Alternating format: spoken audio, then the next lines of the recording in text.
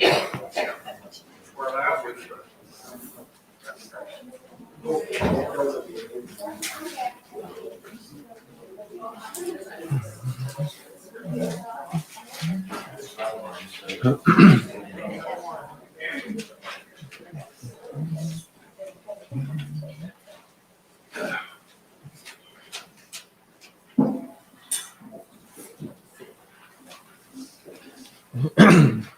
We're in 1 Samuel chapter 21. 1 Samuel 21. Let's pray together. Our Holy Father, we're so thankful for this another Lord's Day. We're thankful, Holy Father, for the blessings of the past week, for the warmth of our home during the time in which it was cold and wet outside. We're thankful, Holy Father, for the measure of health over this past week, not only physically, but also mentally, the ability you give us, Holy Father, to be able to understand and reason, especially when it comes to the things that are written in your word. We're thankful for this time now to study from the things that happened long ago. Help us in our effort, Holy Father, to gain as much as we can from the things that were written before time. In Jesus' name, amen. There was a time long ago that David was hiding out in a field based upon a deal him and Jonathan had struck with one another. And Jonathan came one day with a boy, a lad. Jonathan shot some arrows. And then based upon what Jonathan said to that lad, David, hearing that, knew that Jonathan's father, Saul, had it in for him. And so he knew he couldn't go home anymore. Him and Jonathan shared a quiet time where they embraced, cried, until David acceded. And Jonathan said in chapter 22 and verse 42, "Go in peace, for as much as we have sworn, both of us, in the name of the Lord." And so David arose and departed, and Jonathan went into the city. Then David came to Nob, to Ahimelech the priest. And Ahimelech came to meet David, trembling, and said, "Why are you alone and no man with you?" David said, "The king hath commanded me a business, and has said to me, let no man know anything of the business whereabout I send thee, and what I have commanded thee, and I have appointed the young men to such and such a place." So in essence, David does what in verse 2? He lies. He lies. In verse 3, he expresses hunger. What is under your hand? Give me 5 loaves of bread and whatever there is present.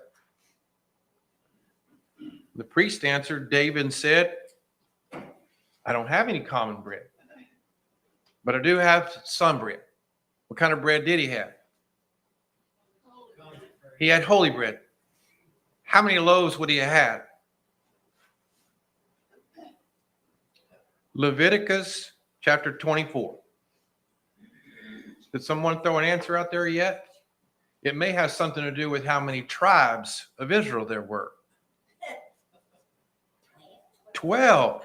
Leviticus chapter 24, verse 5, the instruction regarding this holy bread, the recipe: you shall take fine flour and bake 12 cakes thereof. Verse 6, 2 rows, 6 in a row upon the pure table before the Lord. So that brings us back now to the tabernacle. So if we walk into the holy place, we're inside the tabernacle. We've already passed where the laver, the brazen altar.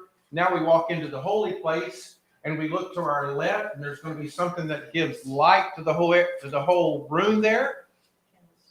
The lampstand, the candlestick with 7 lamps. If I look ahead, I'm going to see something drawn between where I'm at and something called the Holy of Holies.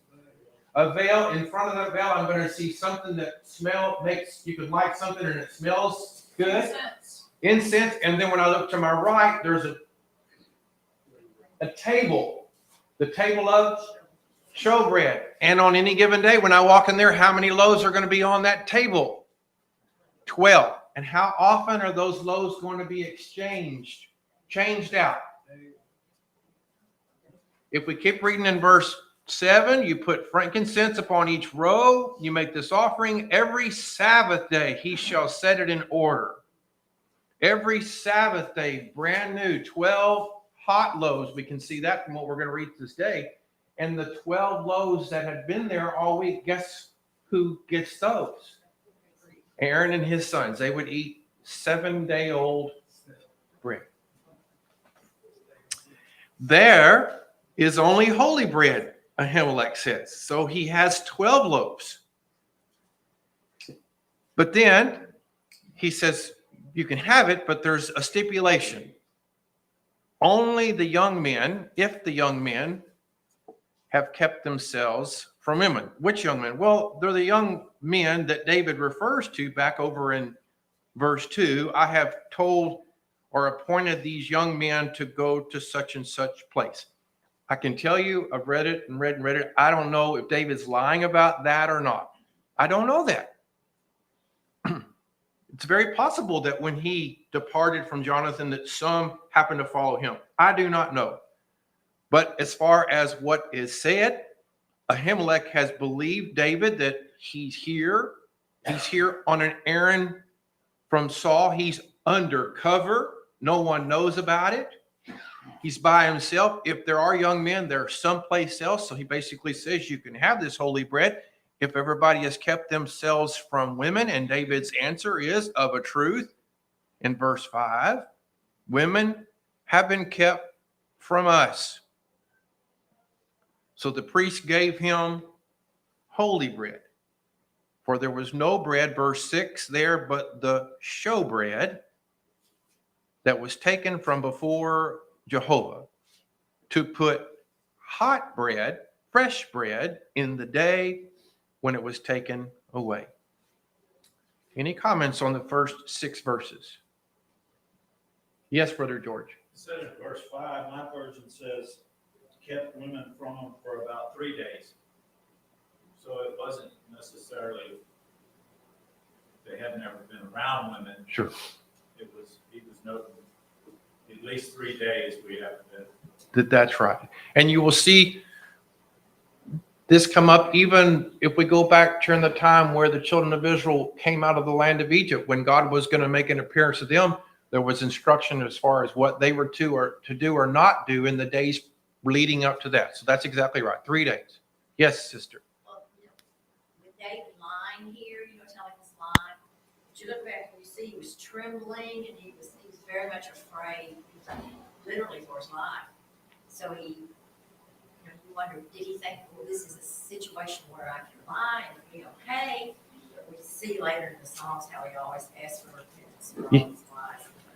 So Sister Diane just points out we need to take into consideration it's not, oh, well, then there's an excuse for him to lie. There's never a good reason to do what God would say is wrong.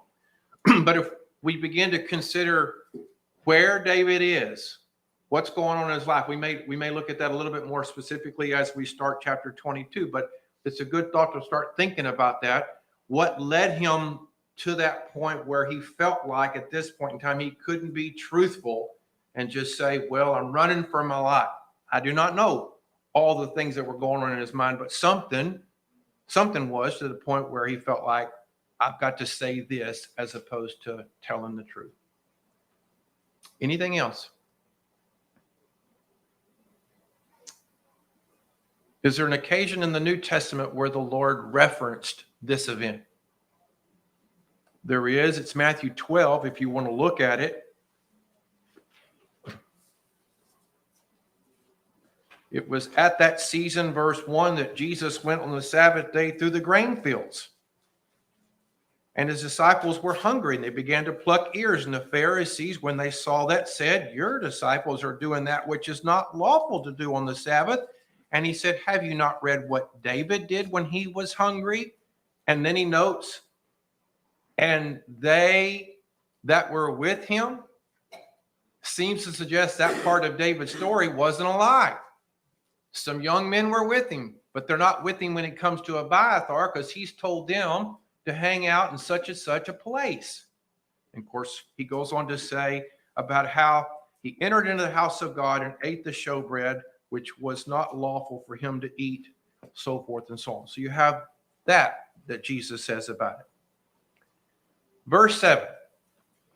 There was a certain man of the servants of Saul that was there that day, detained before the Lord, and his name was Doeg, and he was an Edomite, so he was a descendant of Esau. He's not an Israelite.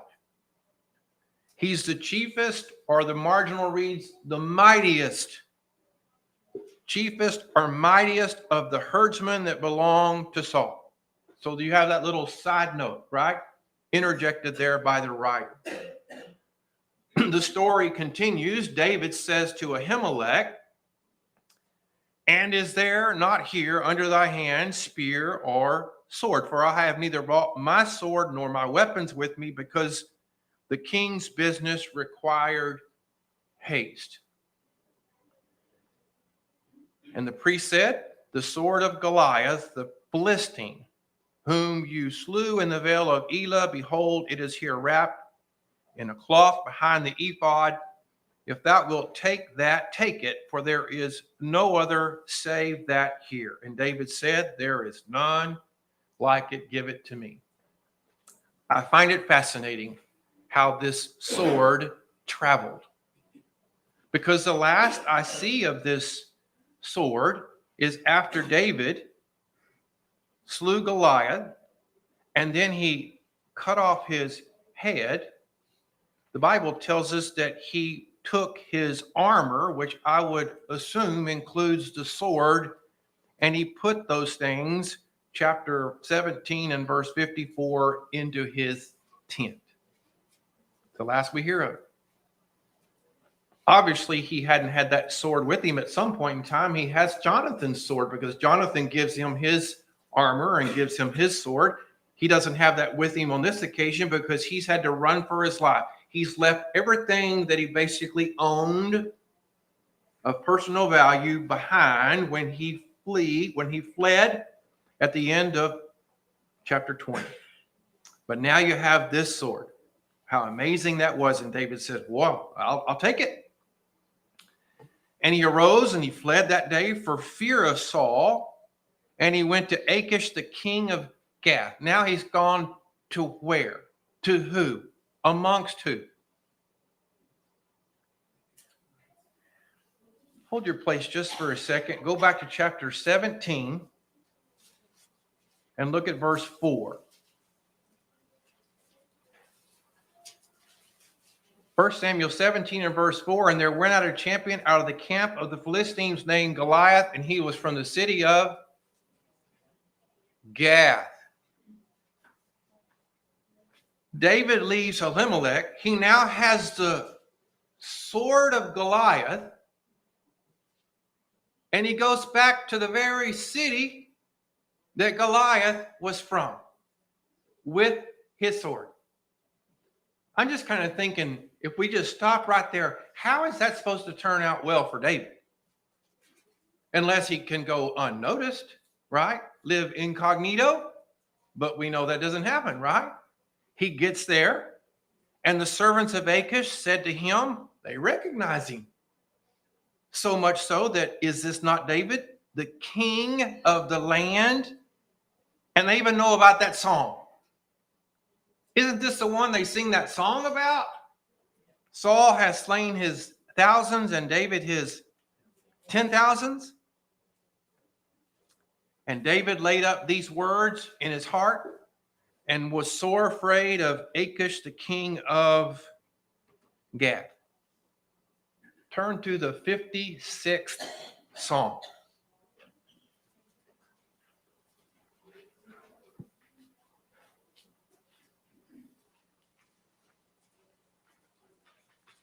Do you have those little titles before the Psalms? Do you have those titles there? Somebody want to read what that title says? In God I trust. Like- David when the Philistines captured him to death. Okay, so it's just that little bit of excerpt that is before the psalm begins. For the chief musician set to Jonah, and then there's some word I'm not sure I could pronounce, a psalm of David, Michtam, when the Philistines took him in Gath. Did you read anything about David being captured in 1 Samuel chapter 21? You did not. These words, this before, huh? These headings that come before these psalms. In the Hebrew Bible, they're the first verse in the psalm, if it had one. As far as we know, they're not inspired, but if you look up the information about them, they are ancient. Not something that the writer himself put before the psalm, but something that someone shortly thereafter, possibly the writer, went back and added. They've been there a long time. So we study these psalms. We have been studying these psalms on Wednesday night, and sometimes we know when these psalms were written, and sometimes we have no idea. But here we have a pretty good idea based upon what is written prior to the psalm. So it's fitting, is it not, that we would just read the 56th Psalm? If this was something that David wrote, when did he write? I have no idea. I might in my mind think, well, he didn't write this about this particular event till somewhere years down the road. Well, I don't know if that's the case. He's captured. He's possibly in some sort of cell for a little while. It's not beyond me to think he wrote that, or at least he came up with it that very night when he was experiencing it. Say, well, that just seems incredible.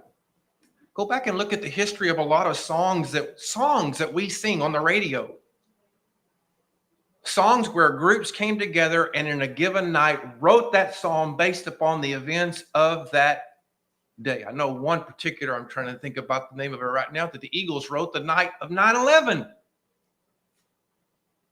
They went to the studio because they didn't know what else to do, and they wrote this song that became a hit based upon the events that happened. They didn't have to wait 10 years down the road to go, you know what, I think we're going to go back and write a song about what happened on 9/11. They were able to do it right there. And you know what? David had another advantage. He was inspired. So he writes, be merciful unto me, O God, for man would swallow me up all the day long.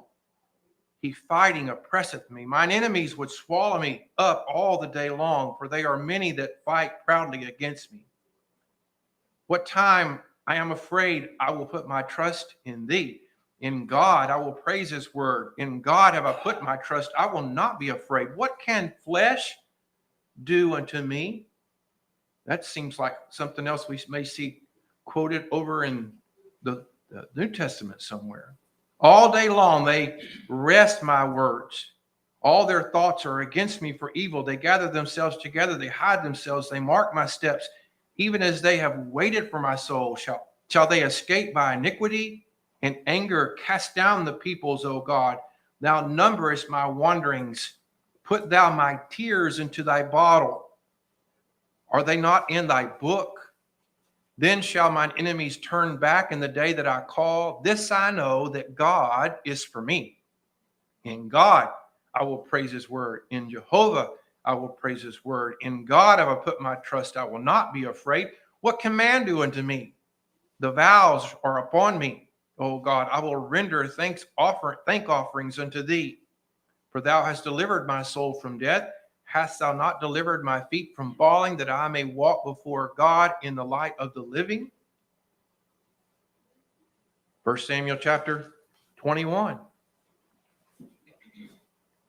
David had laid up these words in his heart, these things that he heard about Saul has slain his thousands, David his 10,000s. He was sore afraid. He had reason to be sore afraid. He's captured. He's imprisoned. And then he changed his behavior before them. And he feigned himself mad. He pretended to be crazy in their hands. He scribbled on the doors of the gate. And he let his spittle, his saliva, fall down upon his beard. Something that, again, back in that day, based upon the kind of worth and care they put to their beards, a man just wouldn't do that. He changed his behavior. The king notices that, and he says, "Lo, you see, the man is mad. Wherefore then have you brought him to me? Do I lack madmen?" See, they had crazy people back then too. "That you have brought this fellow to play the madman in my presence. Shall this fellow come into my house?" The 34th Psalm.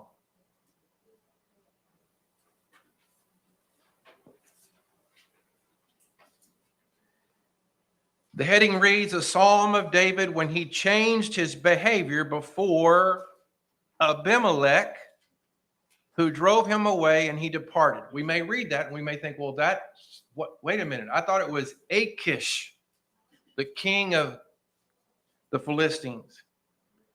It is thought that the word Abimelech is sort of a generic term for the kings of the Philistines. Sort of like Pharaoh being the same name, even though they had specific names. So again, we have a psalm that David wrote based upon his change of behavior when he feigned madness. And he also includes in this psalm the joy he felt when he escaped. "I will bless Jehovah at all times. His praise shall continually be in my mouth. My soul shall make her boast in Jehovah.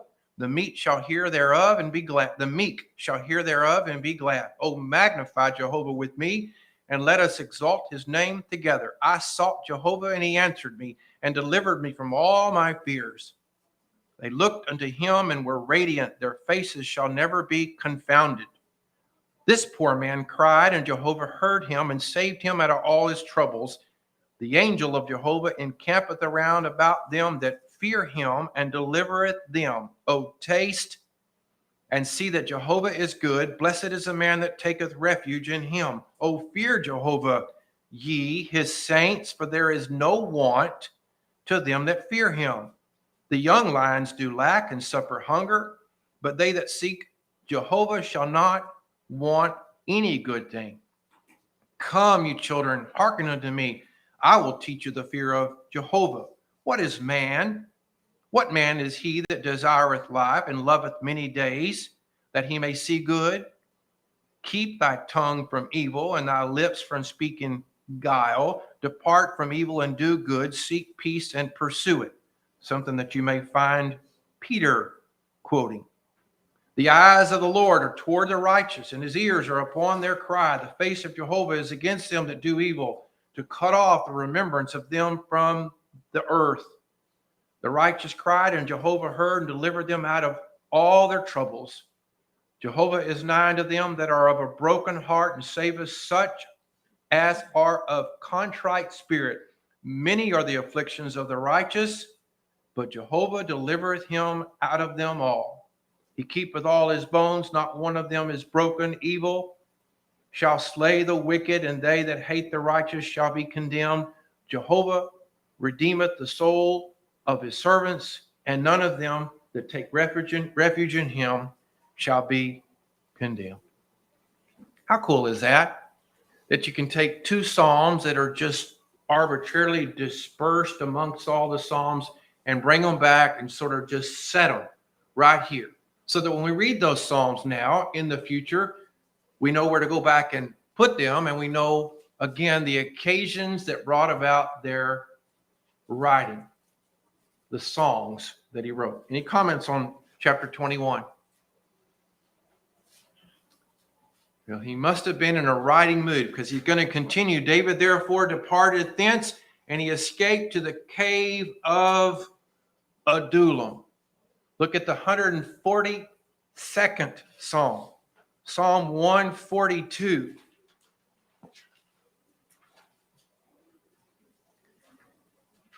Here it reads, Maschil of David when he was in the cave of prayer. Now, we're going to read about David being in a cave here. And also, if you've read ahead, he's going to enter into another cave in chapter 24 in Engedi. So again, the writing of this particular psalm, the 142nd Psalm, could have been when he was in either cave. But let's think about it from this particular cave. As Sister Diane alluded to earlier, I want to stop for a second. At this juncture in his life, I want us to consider what David has been experiencing. What's going on with him? First of all, he's experienced the high of immediate fame. When he killed Goliath, he went from a nobody to someone everybody knew about. In fact, they even made a song about him. Second, he's experienced a recent marriage. I don't know how well that's gone so far. He's not with her now. Michael's somewhere back home. In fact, she's going to be given to somebody else. He's experienced dangers from the Philistine armies as he's gone out and fought all these various battles and behaved himself wisely, so doing. There have been repeated attempts on his life, twice in the presence of Saul. On one occasion, the spear was thrown at him. He's experienced a heartbreaking farewell with his best friend, Jonathan. He had just experienced that when he went to Ahimelech, which makes you wonder his state of mind. He's been living every day as a fugitive. I don't know for how long. We've just noted that there was a brief period of what we might refer to as backsliding when he lies to Ahimelech, a lie which we're getting ready to read about in chapter 22 that had dire consequences. After he told the lie, there's been this dramatic turn back to the Lord. He did so by pretending to be mad, and God brought about his deliverance. You think about that. That's what's been going on in the life. You think you've had a busy week or a busy year? You think you've been experiencing a lot? I'm not demeaning what you've been through. Maybe you've had a lot on your plate, but so had David. And he departs after he escapes, and he finds this cave in Adullam. And it seems as though that the 142nd Psalm might have been the psalm that he wrote in that cave. I cry with my voice unto Jehovah. With the voice unto Jehovah do I make supplication. I pour out my complaint before him. I show before him my trouble. When my spirit was overwhelmed within me, thou knewest my path. In the way wherein I walk, have they hidden a snare from me? Look on my right hand and see, for there is no man that knoweth me. Refuge hath failed me. And you talk about sad, a sad phrase. No man careth for my soul. May it never be said that any of our brothers and sisters in Christ, especially those in our number where we are members, would ever think or say that. You get it? There's just no way. We ought to just be about one another and expressing our love for one another, getting better at doing that, whether it's women for women or men for men or whatever it may be, so that nobody would ever in their right mind say, no one cares about my soul. Because if we thought about that, there's nobody sitting here that we would say, I care about all your souls. Well, I ought to be doing my best to make sure you know that. Right? And you ought to be doing the same toward me and toward others. And if that's an ongoing effort, the likelihood of what David is experiencing here doesn't happen. He cried unto Jehovah, thou art my refuge, verse 5, my portion. Attend unto my cry, verse 6. I'm brought very low. Deliver me. Bring my soul out of prison that I may give thanks. All that's being said. He's escaped into this plan, into this cave. He's by himself. If he's expressed this psalm at that point in time, unbeknownst to him, God is answering his prayer, because you read, when his brethren and all his father's house heard that he was in that cave, they went down thither to him.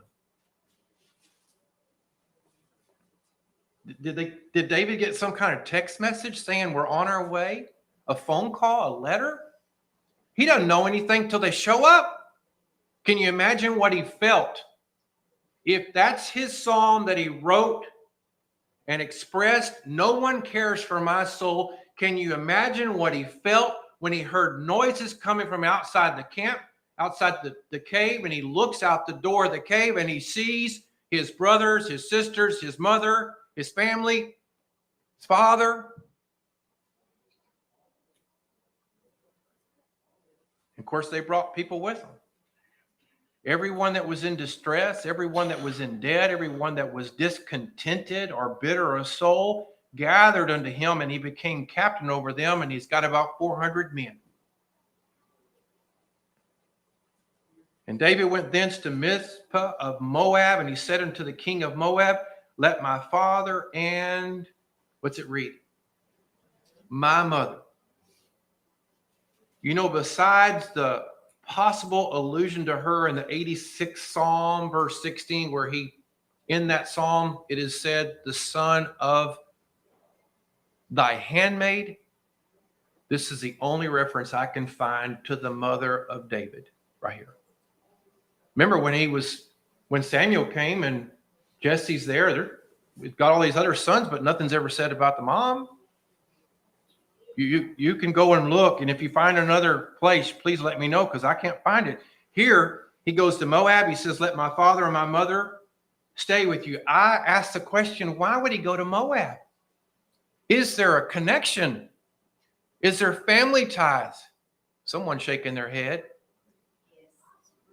There's a great-grandmother that was from Moab, Ruth. I don't know if that's a reason why, but I would just say it seems to be a good reason.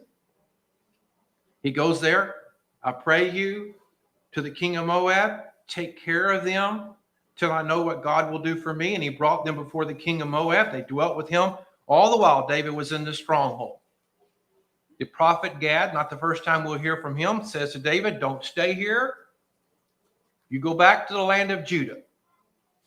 Saul hears in verse 6. Any comments through verse 5?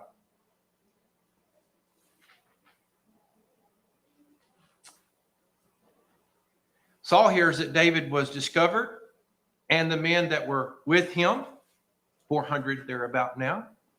Saul sitting in Gibeah with his spear in his hand.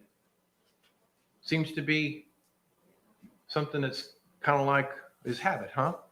Almost expresses a paranoid state.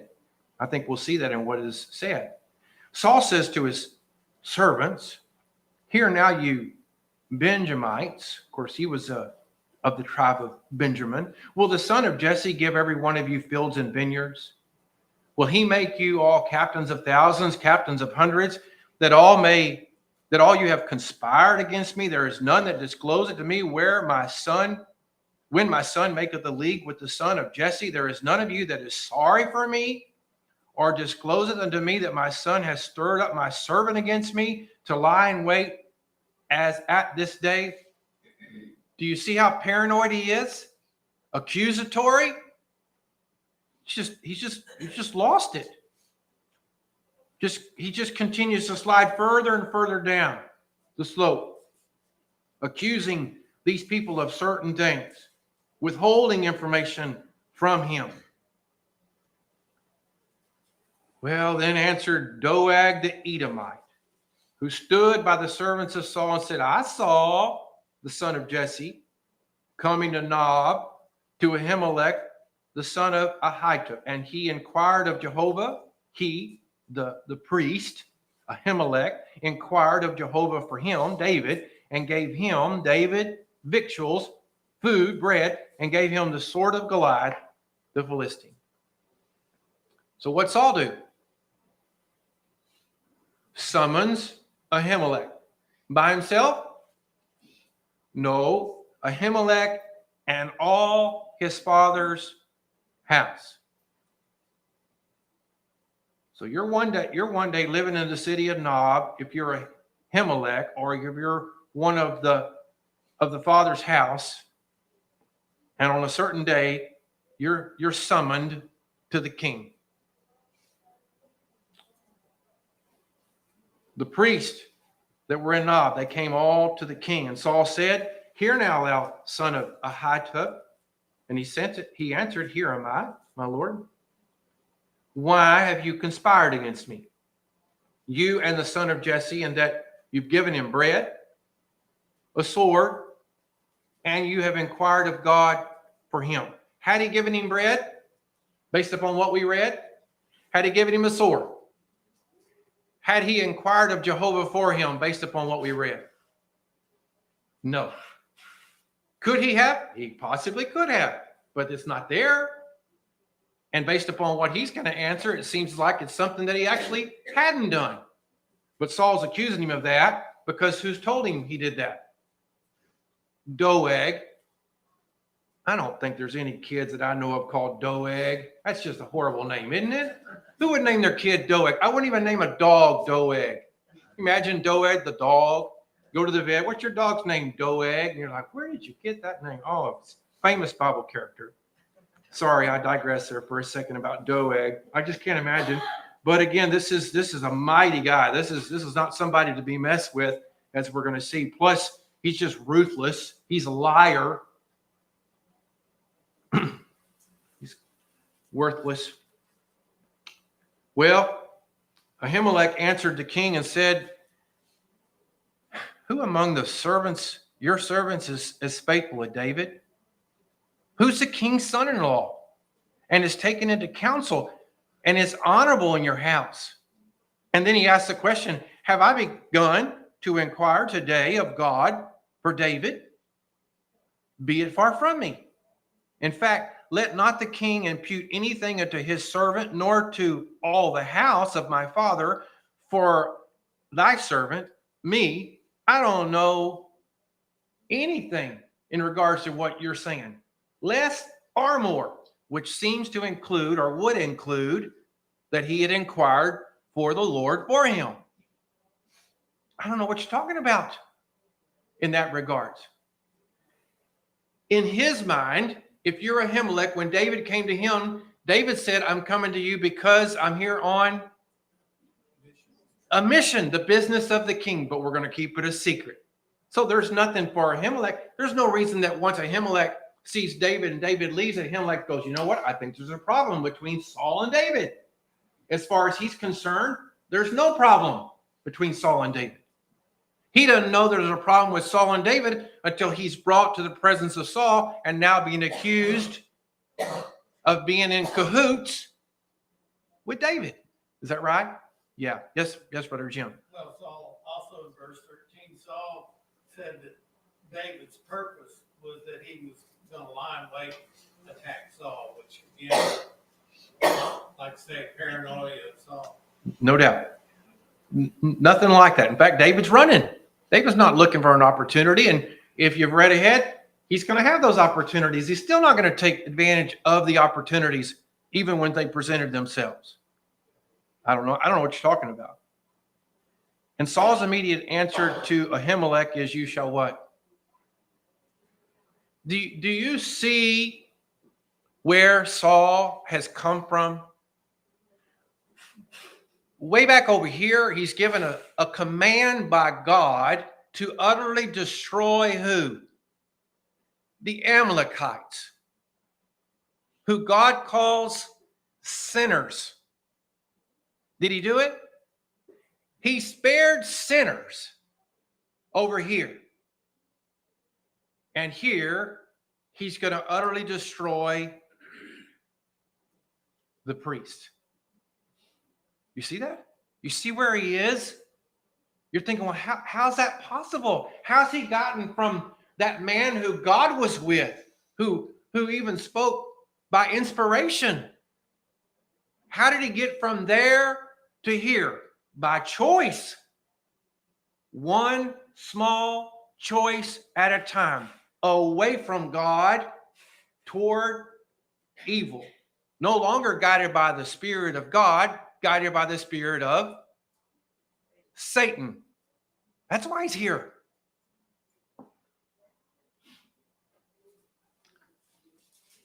King turns to the guards, says, kill him.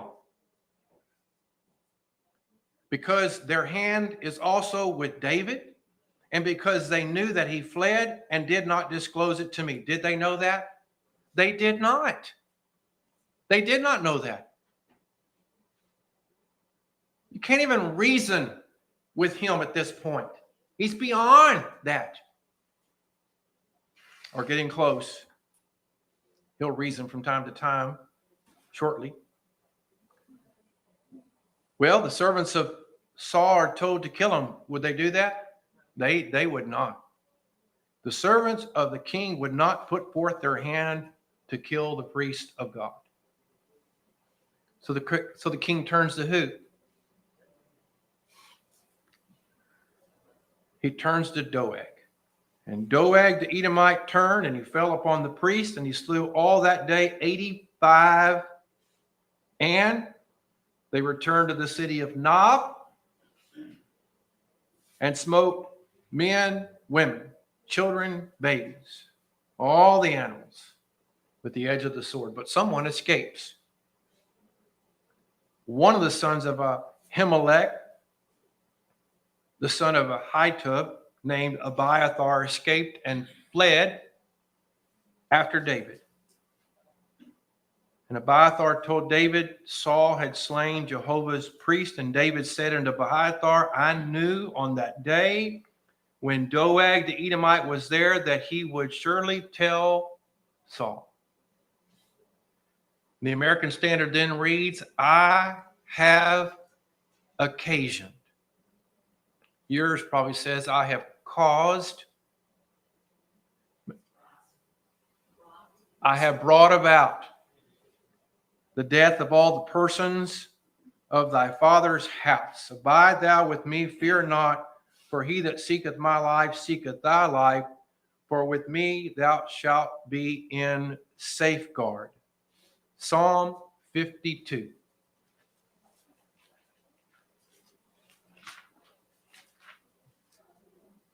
For the chief musician, the 52nd Psalm, Maschil of David, when Doeg the Edomite came and told Saul and said unto him, David is come to the household of Abimelech. Why boastest thou thyself in mischief, O mighty man? The loving kindness of God endureth continually. Thy tongue deviseth very wickedness, like a sharp razor working deceitfully. Thou lovest evil more than good, and lying rather than to speak righteousness. You have a word there that says Selah. Anybody remember what that means? It's a pause. It's a pause. You need to stop for a moment, and you need to contemplate. You need to turn over in your mind what I've just said. Thou lovest all devouring words, O thou deceitful tongue. God will likewise destroy thee forever. He will take thee up and pluck thee out of thy tent and root thee out of the land of the living. The righteous also shall see it and fear and shall laugh at him, saying, Lo, this is the man that made not God his strength, but trusteth in the abundance of his riches and strengthened himself in his wickedness. But as for me, I am like a green olive tree in the house of God. I trust in the loving kindness of God forever and ever. I will give thee thanks forever, because thou hast done it. I will hope in thy name, for it is good in thy presence of thy saints. He told a lie to Ahimelech. And the result of that lie, a consequence of that lie, was Ahimelech and 85 and the city of Nob were destroyed by Doeg. And David had to live with that. I have occasioned an admonition, someone who would again admit that he had occasioned such an event. Anything from chapter 21 and 22? Yes, ma'am. Back in 1 Samuel 2, didn't God say that all of Eli's descendants would be wiped out?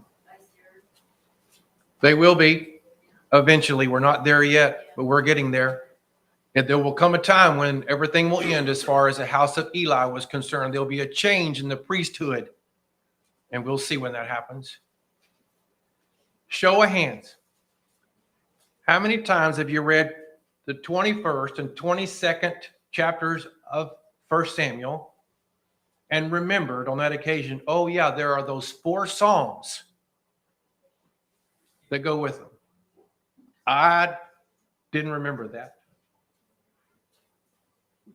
I've told you before, as I continue to study, I'm either reminded of things that I've forgotten or I'm taught things that I never had seen before. And I'm just sharing a few of those with you today. The same thing regarding his mother. I had overlooked that, but it's now highlighted in my Bible, so I hope to remember it from here on. Anything else? If not, then we'll pick up. Yes, we will, in the 23rd chapter of 1 Samuel next week.